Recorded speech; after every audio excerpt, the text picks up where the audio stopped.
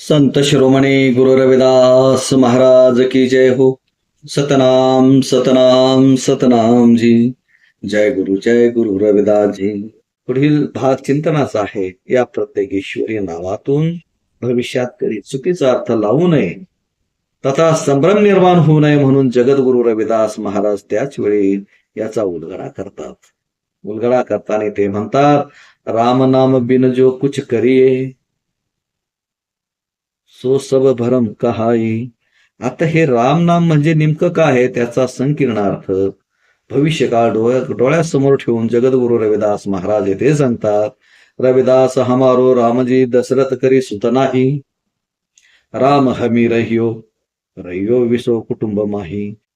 जगद्गुरु रविदास महाराजांच्या वर्तमानात राम या नामाचे स्पष्टीकरण फार महत्वाचे ठरले व ते भविष्यातही फार मार्गदर्शक ठरले. मी ज्या रामाची नामस्मरणाद्वारे पूजा करतो, माझा जो राम आहे तो मी ज्या रामाची भक्ती करतो तो राम म्हणजे दशरथ पुत्र राम नव्हे. माझा राम हा हृदयात वसलेली अंतर्यमी शक्ती चैतन्य अथवा आत्माराम आहे व ती विश्वाच्या कुटुंबात कणाकणात आणि रोमारोमात सामावलेली आहे. असे स्पष्टीकरण करून वर्तमानात भविष्यात होणाऱ्या ईश्वरीय नामांचा अर्थाला पूर्ण तिलांजली त्यांनी दिली आहे. वास्तव जगद्गुरु रविदास महाराज व त्यांच्या अमृतवाणीला समजून घेण्यास मदत होईल आणि मदतच झाली म्हणावी लागेल. तेव्हा दशरथ पुत्र राम व जगद्गुरु रविदास महाराजांचा राम यामध्ये कसलाही तिळमात्र संबंध जोडू नये असं रविदासांनी त्याच वेळेस सांगितलं आहे. अज्ञानपणाने काही ठिकाणी चुकीचा प्रचार आणि प्रसार झालाही असेल, मात्र हा दोहा समजल्यानंतर आपण आपल्यात बदल करून घेतला पाहिजे व इतरांनी हा बदल करणे सांगितले पाहिजे. या अभंगाद्वारे त्यांनी अनेक प्रकारचे भ्रम नोंदवलेले आहेत. अज्ञानी मनुष्याला या भ्रमाद्वारे असे वाटते की आपण ईश्वराला प्राप्त करू शकतो. त्यांच्या अज्ञानीपणाचा फायदा घेऊनच पंडित पुरोहित आणि आपल्या आयुष्यभराच्या आयत्या पोट पाण्याची व्यवस्था बाकी निर्माण त्यांनी करून ठेवलेली असते. पंडित पुरोहितांचे भवितव्य त्यांच्या ज्ञानावर अवलंबलेले नसून ते त्यांच्या पसरलेल्या अज्ञानावर तसेच धार्मिक आंधळे झालेल्या अज्ञानी लोकांच्या अज्ञानावर आधारलेले आहे. म्हणून या सृष्टीला आज खऱ्या आस्तिकांची गरज आहे. खोटे आस्तिक किंवा दिखाऊ भक्ती करणारे जर तुम्हाला रस्त्याला पावलोपावली भेटतीलच. जगद्गुरु तुकाराम महाराज त्या बाबतीत म्हणतात, ऐसे कैसे झाले भोंदू कर्म करून म्हणती साधू, अंगी लावून या राख डोळे झाकुनी करीती पाप, दावुनी वैराग्याची कला भोगी विषयांचा सोहळा, तुका म्हणे सांगो किती जळो तयांची संगती, खोट्या बुवा बापू साधू संतापासून दूर राहावे. जो चिकित्सा करून आपला स्वतःचा मेंदू वापरून तर्कयुक्त पद्धतीने निर्णय घेतो अशी विद्रोही प्रवाहाच्या विरुद्ध दिशेने झेप घेणारे खूपच कमी माणसे सापडतात. अज्ञानापोटी घाबरून मेंदू गहाण तथा गुलाम ठेवून निस्ते मुंडके हलवणारे आपल्याला पावलोपावली भेटते. आपण खरे आस्तिक असल्याची ही मंडळी दर्शवतात खरे, पण हीच मंडळी खरी नास्तिक असतात. कसलाही तर्क नाही, स्वतःची बुद्धिगान ठेवायची, कसलीही चिकित्सा नाही, सत्याची पारख नाही.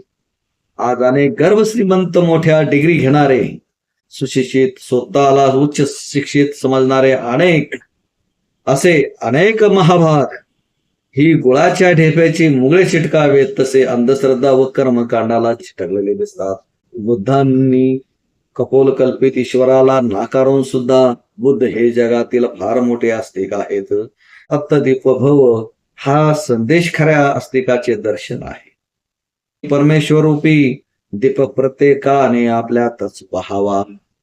अज्ञानाने किंवा खोट्या आस्तिकतेने तो तुम्हाला तुमच्यात सापडणार नाही, पण ज्ञानाने, ध्यानाने, चिंतनाने म्हणजेच खऱ्या आस्तिकपणाच्या जागृतीने तो तुम्हाला तुमच्यातच सापडेल असे जगद्गुरु रविदास महाराज म्हणतात.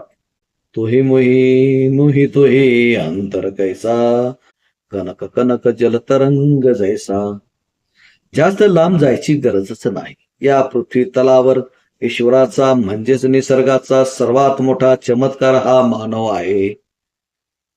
या मानवाची चेतना आहे चामड्याच्या आतून पाहण्याची शक्ती, चामड्याच्या आतून पाहण्याची शक्ती, चामड्याच्या हाडाच्या आतून ऐकण्याची, हाडामासाच्या म्हणजेच चामड्याच्या आतून बोलण्याची शक्ती. हाच खरा चमत्कार आहे. अज्ञानी मनुष्य मात्र वेगळ्या चमत्काराची भाषा बोलत असतो. ज्याला वर्तमानात आपण जिवंत आहोत याचा विचार येतो व आपण हे अमूल्य जीवन जगत आहोत हे जाणतो. त्याचे मनमेंदू जागृत आहे. यासाठी जगद्गुरु रविदासांनी हरणीचे उदाहरण दिलेले आहे. जैसे कुरंक नाही पायो भेद, तनी सुगंध ढूंढे प्रदेश.